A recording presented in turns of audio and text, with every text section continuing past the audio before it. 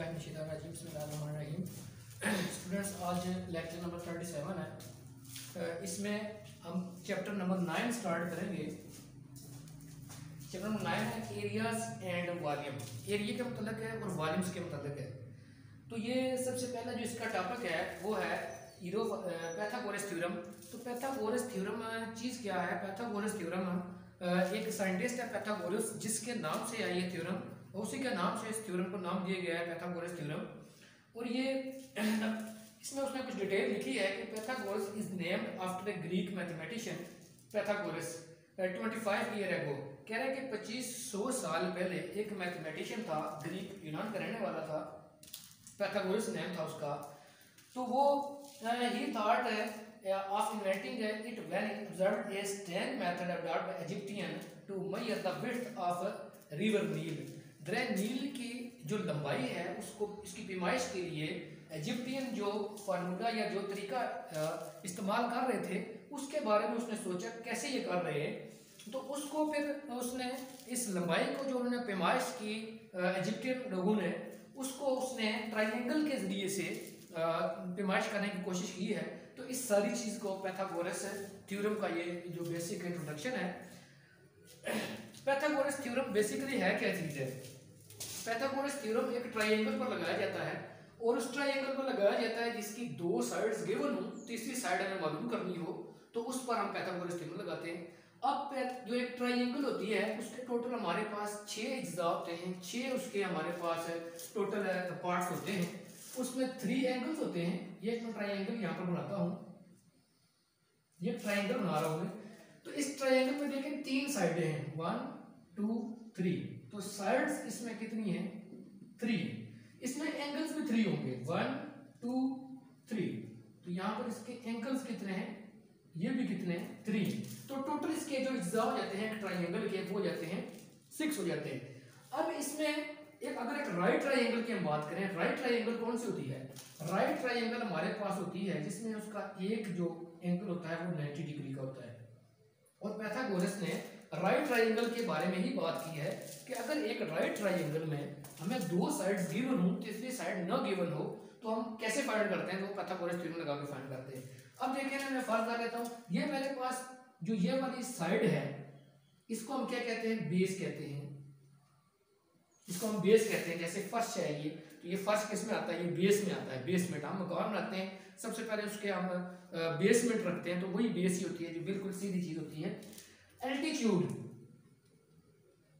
Column की तरह जब हम मकान बना रहे हैं तो उसमें कॉलम रखते हैं, खड़े कॉलम रखते हैं, इसको हम क्या बोलते हैं? एल्टीट्यूड बोलते हैं। और जो हमारे पास है ये इस तरह लाइन होती है, टेढ़ी लाइन होती है, तिरछी लाइन होती है, इसको हम हाइपोटेन्यूज बोलते हैं। हाइपोटेन्यूज। ये सबसे पहले 3 चीजें याद रखना जरूरी है कि एक ट्रायंगल में 3 चीजें होती हैं बेसिक, जो साइड होती हैं, 3 साइड होती हैं। बेस होता है इसका, एल्टीट्यूड होता है और तीसरे हाइपोटेन्यूज होती है। अब उसने कहा ये है, पैथागोरस ने ये कहा है कि अगर इन तीनों में से कोई एक चीज फाइंड ना हो, 2 हमें दी गई हो, तो इससे हम क्या फाइंड कर सकते हैं? तीसरी जो हमें फाइंड नहीं है वो हम फाइंड कर सकते हैं एक राइट ट्रायंगल की। तो मैं फर्स्ट कर लेते हैं। तो इसका फार्मूला उसने कैसे बनाया? फार्मूला उसका ये बना, हाइपोटेन्यूज का square is equal to base का स्क्वायर प्लस एल्टीट्यूड का स्क्वायर। ये फार्मूला इस्तेमाल करने के बाद हमें जो चीज गिवन नहीं है वो हम फाइंड कर सकते हैं। अब यहाँ पर हमारे पास हाइपोटेन्यूज, एल्टीट्यूड और बेस, ये बात क्लियर हो गई। इसके बाद अब आगे चलते हैं। तो ये हाइपोटेन्यूज आ गया। अब एक ट्रायंगल और जो यहाँ पर बना, ये भी राइट ट्रायंगल ही बनाता हूँ। तो राइट ट्रायंगल के आप नाम रख लें यहाँ पर, इसका ए रख लें, इसका बी रख लें, इसका सी रख लें। तो देखें ये बेस के सामने या राइट ट्रायंगल जो होता है, राइट जो ट्रायंगल ये हमारे पास राइट ट्रायंगल होता है जो बिल्कुल सीधा एंगल होता है, बिल्कुल सीधा, ये दोनों लाइनें बिल्कुल सीधी लगी होती है, ये राइट ट्रायंगल होता है। तो राइट ट्रायंगल की जो सामने वाली साइड होती है वो हमेशा क्या होती है? हाइपोटेन्यूज। यहाँ पर भी ये राइट ट्रायंगल की बिल्कुल सामने वाली साइड है, इसलिए हमने इसको हाइपोटेन्यूज का नाम दिया। अच्छा, अब इस हमने वर्ड इसका जो हमने हमारे पास ये जो कोऑर्डिनेट है इसका हमने नाम रखा है बी। तो बी के सामने वाला जो आपके पास साइड है उसका हमें यहाँ पर छोटा बी हमें लिखना है, स्मॉल लेटर, कैपिटल लेटर में जो इसके कोऑर्डिनेट नाम, उसके नाम है, वर्सेस के नाम है। और जो साइड है उसको हम क्या करेंगे, स्मॉल लेटर लिखेंगे, बी के सामने बी। ए यहाँ पर लिखा हुआ है कैपिटल लेटर में, इसके सामने वाली जो साइड है इसकी, इसको हम स्मॉल ए लिखेंगे। सी कैपिटल लेटर में लिखा हुआ है, इसके सामने जो साइड है उसको सी हम क्या रखेंगे, स्मॉल लेटर में सी लिखेंगे। अब यहाँ पर इसकी मैं कोई भी एग्जांपल, इसको अगर हम ए बी और सी की शक्ल में लिखूं पाइथागोरस थ्योरम को, तो कैसे लिख सकता हूँ मैं? यहाँ पर देखो हाइपोटेन्यूज में बी है, तो मैं लिखूंगा B square is equal to, यहाँ पर मेरे पास बेस में क्या है, सी स्क्वायर, और अल्टीट्यूड में क्या है, ए स्क्वायर। ये मेरे पास क्या बनता है, पाइथागोरस थ्योरम बनता है।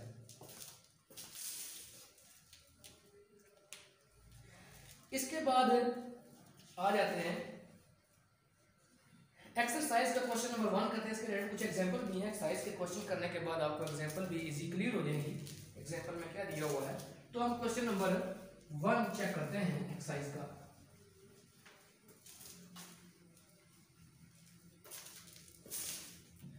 क्वेश्चन नंबर 1 में उसमें कहा है कि in right triangle measure of 2 of the sides, वो हमें गिवन दी हुई है। Find the value of x in each case, जो हमें तीसरी साइड है या x जिसको उसने नाम दिया हुआ है वो हमें फाइंड करनी है।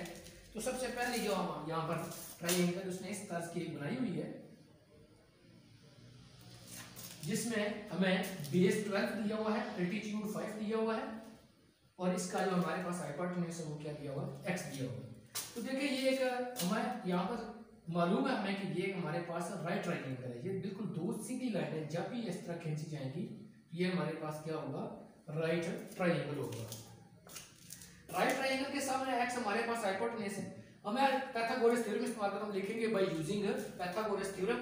तो पाइथागोरस थ्योरम जब इस्तेमाल करेंगे तो इसका लगाएंगे तो हमारे पास फार्मूला क्या बनता है, ये हाइपोटेन्यूज का square is equal to base का स्क्वायर प्लस अल्टीट्यूड का स्क्वायर। तो हाइपोटेन्यूज हमारे पास क्या दिया हुआ है, x दिया हुआ है, लिखेंगे x का स्क्वायर, बेस 12 दी हुई है, 12 का स्क्वायर प्लस अल्टीट्यूड का दिया हुआ 5, इसका स्क्वायर आ जाएगा। यहाँ पे इसको हम सॉल्व करेंगे तो 12 का स्क्वायर हमारे पास क्या आ जाता है, 144। 12 का स्क्वायर का मतलब क्या है, 12 के स्क्वायर का मतलब क्या है कि आपने 12 को 2 टाइम्स मल्टीप्लाई करना है। 12 मल्टीप्लाई 12, इस 2 का मतलब है कि 12 2 टाइम्स मल्टीप्लाई होगा, तो इसका आंसर आ जाता है 144 प्लस 5 के स्क्वायर का मतलब क्या है, 5 के स्क्वायर का मतलब है कि 5 को आपने 2 टाइम्स मल्टीप्लाई करना है, तो यहाँ पर आ जाएगा ये 25। यहाँ पर मैं लिखूंगा इसको 25। अब इन दोनों का ऐड करें 144 प्लस 25, तो ये बन जाता है 169x का स्क्वायर। अब यहाँ पर स्क्वायर खत्म करने के लिए हमें क्या करना पड़ता है, both side taking square root. तो हम लिखेंगे टेकिंग स्क्वायर रूट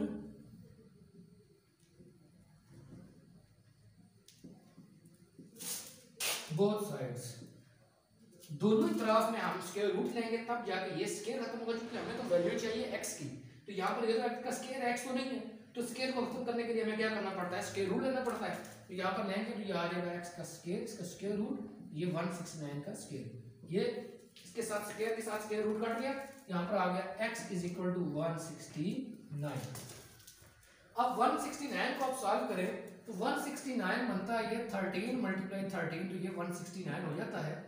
तो यहाँ पर भी आ जाएगा ये 13 2 टाइम्स है। जैसे ये 12 का स्क्वायर हमने 2 टाइम लिखा था, इसी तरह अगर ये 12 यहाँ पर भी देखें, बेस एक जैसे हूँ और मल्टीप्लाई हो रहे हो, बेस एक जैसे हूँ और मल्टीप्लाई हो रहे हूँ, तो इनके ऊपर जो पावर्स होती हैं वो प्लस हो जाती हैं। देखें बेस एक जैसे मल्टीप्लाई भी हो रहे तो पावर ऐड हो जाएगी। तो इसको लिखेंगे एक बार बेस को, फिर एक बार लिख लिया, पावर लिख लिया 1 + 1। देखो बेस एक जैसे थे 13 मल्टीप्लाई भी हो रहे थे, तो इसको मैंने एक बार 13 को लिख लिया और पावर इनकी ऐड कर दी। इसके ऊपर भी 1 पावर है, नहीं है कुछ भी तो 1 पावर है, इसके ऊपर भी नहीं कुछ तो 1 पावर है, 1 + 1 कर दिया। तो यहाँ पर ये आ जाएगा 13, 1 + 1 क्या आ गया, 2 आ गया। इस केस ये स्क्वायर रूट काट दिएगा तो x इज इक्वल टू क्या आ जाएगा, 13 आ जाएगा। ये हमारे पास क्वेश्चन नंबर 1 था। और x हमने क्या फाइंड किया, ये हमने ये फाइंड किया है हाइपोटेन्यूज, जो हमने यहाँ पर ये लिखा है कि हमारे पास हमें ये साइड फाइंड नहीं थी, तीसरी साइड हमें फाइंड नहीं थी एक राइट ट्रायंगल की, जो हमने पाइथागोरस थ्योरम लगाने के बाद ये साइड फाइंड कर लिया। हमें पता चल गया अब कि अगर ये साइड 5 है, ये साइड अगर 12 है, तो ये हमारे पास जो साइड हमें मालूम नहीं थी वो साइड हमारे पास कितनी है, 13 है।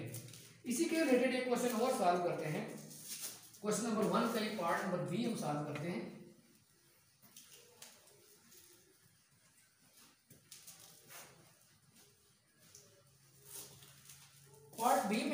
उसने कुछ साइड्स दी हुई हैं, उसने इस तरह की एक फिगर बनाई हुई है यहाँ पर,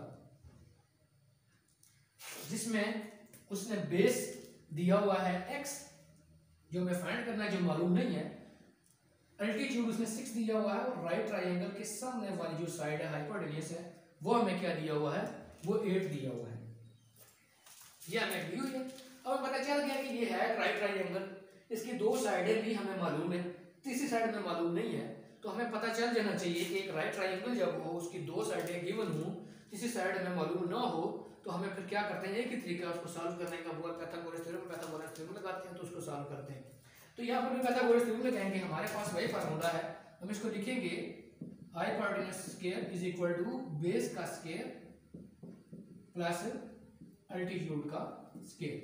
हाइपोटेन्यूस हमारे पास अब क्या आ रहा है, 8 आ रहा है, 8 का स्क्वायर, बेस हमारे पास क्या आ रहा है, 6, इसका स्क्वायर प्लस, और बेस हमारे पास x आ रहा है, x का स्क्वायर, एल्टीट्यूड हमारे पास क्या आ रहा है, 6, इसका स्क्वायर।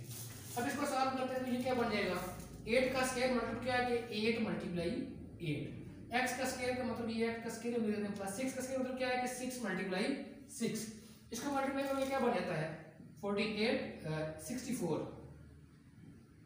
8 मल्टीप्लाई 8 क्या हो जाएगा 64 हो जाएगा। ये आ जाएगा x का स्क्वायर, 6 मल्टीप्लाई 6 क्या आ जाएगा 36 आ जाएगा। अब इसको हम सॉल्व करते हैं तो ये क्या बन जाता है, इसको हम सीधा करके ले लें, चूंकि हमें x की वैल्यू फाइंड करनी है, और जिस चीज की वैल्यू हमें फाइंड करनी हो वो हमेशा हम लेफ्ट हैंड साइड पर रखते हैं, और बाकी चीजें हम राइट हैंड साइड पर लेकर जाते हैं। तो इसको हम सीधा करके लिख लेते हैं x स्क्वायर प्लस 36, जो इस साइड पर था हम इसको सीधा करके लिखा, तो ये साइड पर ले कर लिया, इससे कोई फर्क नहीं पड़ेगा। ये हमने सिर्फ क्वेश्चन पूरा इस तरह उल्टा के चेंज किया है, ये वाली साइड में चूंकि x यहाँ से फाइंड करना था, इसलिए मैंने इसको राइट साइड सीधे लेफ्ट साइड पर लिख लिया, और ये 64 इधर जो लेफ्ट साइड पर लिखा है उसको मैं कहां पर ले गया हूं, राइट साइड पर ले गया हूं। अब यहां से चेक करूं कि मुझे x की वैल्यूज चाहिए, x की वैल्यू मैंने फाइंड करनी है, तो ये 36 को इधर लेकर लेना पड़ेगा। जब 36 को मैं यहां से इधर लेकर लूंगा, ये प्लस 36 यहां पर हो रहा है, जब दूसरी साइड पर जाएगा तो क्या हो जाएगा, ये कोई भी चीज जब इक्वल के एक साइड पर प्लस हो रही हो, जब इसको हम दूसरी साइड पर लेकर जाए तो वो माइनस हो जाती है। अगर एक चीज इक्वल के एक साइड पर माइनस हो रही है, दूसरी साइड पर जाएगी तो प्लस हो जाएगी। यहां से इसको उधर लेकर जाएंगे, ये क्या बनेगा, इसका स्क्वायर इज इक्वल टू 64, ये आ जाएगा प्लस का 36 था, प्लस का 36 था, जब इसको इधर लेकर आए तो ये माइनस का 36 बन गया। इसको एक बार फिर से गौर से चेक कर लें, जब इसको इक्वल की, ये इक्वल के इस साइड पर था 36, अब मैंने इक्वल के इस साइड पर 36 को लेकर गया, तो यहाँ पर इसकी जो साइन था वो प्लस था, और यहाँ पर साइन चेंज हो गया, जाके क्या हो गया, माइनस हो गया।